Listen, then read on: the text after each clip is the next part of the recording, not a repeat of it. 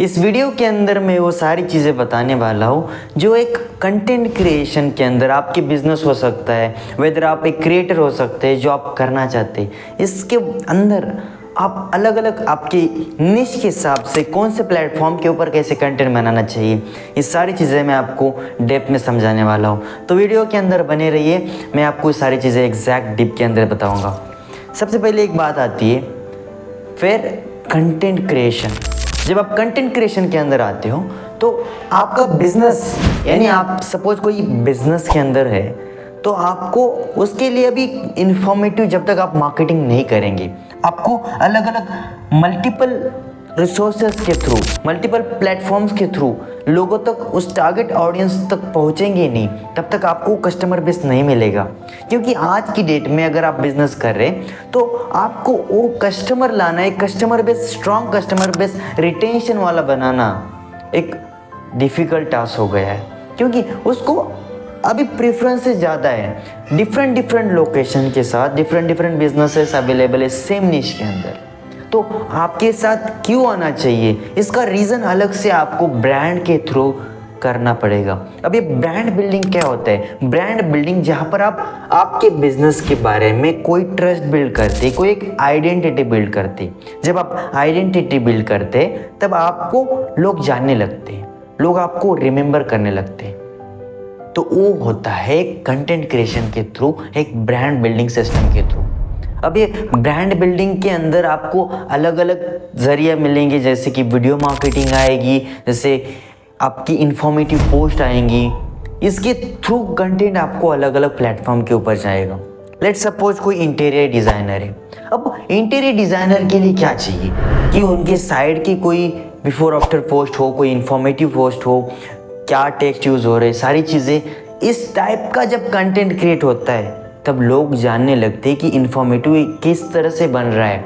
क्योंकि final output result तो हर कोई दिखा रहा है, लेकिन मेन आपको चाहिए कि informative how that things are going, किस तरह से ये चीज़ें ट्रांसफॉर्मेशन हो रही है। जब आप ये दिखाएंगे तब आपके साथ एक ट्रस्ट बिल्ड होते रह जाएगा।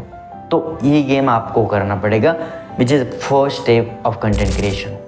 दूसरी बात आती है आपको प्रमोट करना है। अभी जब आप आपका कंटेंट प्रमोट करेंगे, अब बात आती है कंटेंट को भी प्रमोट करना पड़ेगा। कंटेंट प्रमोट करने के लिए इनऑर्गेनिक मार्केटिंग यानी पेड मार्केटिंग के अंदर आपको थोड़ा एक्सप्लोर करना पड़ेगा, जैसे कि मेटा हो गया, गूगल हो गया।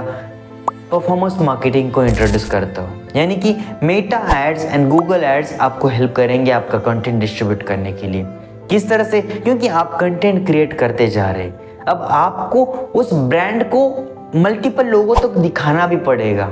जब आप कंटेंट क्रिएट किया है, अब उस कंटेंट को मल्टीपल लोगों को किस तरह से आपके कंटेंट की वैल्यू मिल जाए, यानी कि कंटेंट की भी आपको उस इंफॉर्मेशन की भी वैल्यू मिलनी चाहिए, तो लोगों तक वो इंफॉर्मेशन जानी चाहिए। तो वो जाने का वे है आपका पेड मार्केटिंग। तो उस पेड मार्केटिंग के साथ आप एक्सप्लोर कर सकते हैं, उसको भी आपको परफॉर्मेंस मार्केटिंग के साथ एक्सप्लोर करना पड़ेगा, और आपको डायरेक्टली कस्टमर बेस भी ला के देगा, क्योंकि वो पूरा टारगेटेड अप्रोच होता है। उसके साथ आपको अलग अलग कस्टमर, नए कस्टमर लोकेशन वाइज मिलते जाएंगे। तो दूसरी बात हो गई कि पहला हो गया कि आपका कंटेंट क्रिएशन आपको करना ही पड़ेगा, ब्रांड बिल्डिंग करिए, और दूसरी बात आपको प्रमोट करना पड़ेगा उस कंटेंट को। अब बात आती है आपको कंसिस्टेंसी की। तीन चीज़ें सबसे इंपॉर्टेंट है, कंटेंट क्रिएट करना, उसे प्रमोट करना, और उसको कंसिस्टेंसी के साथ करना।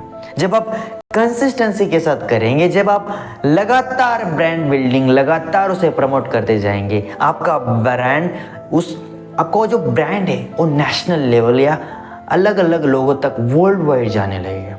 जब वर्ल्ड वाइड जाएगा तो डेफिनेटली आपको अलग अलग जगह से कस्टमर आएंगे, आपका एक ब्रांड मल्टीपल लोगों के साथ जाएगा।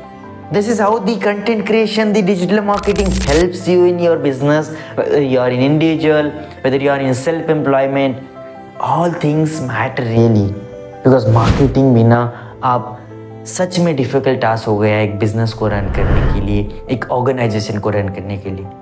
आप इसके साथ एक्सप्लोर कर सकते।